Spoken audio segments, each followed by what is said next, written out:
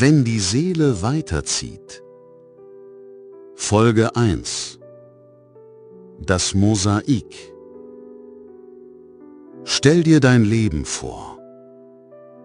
Wie ein großes, leuchtendes Mosaik.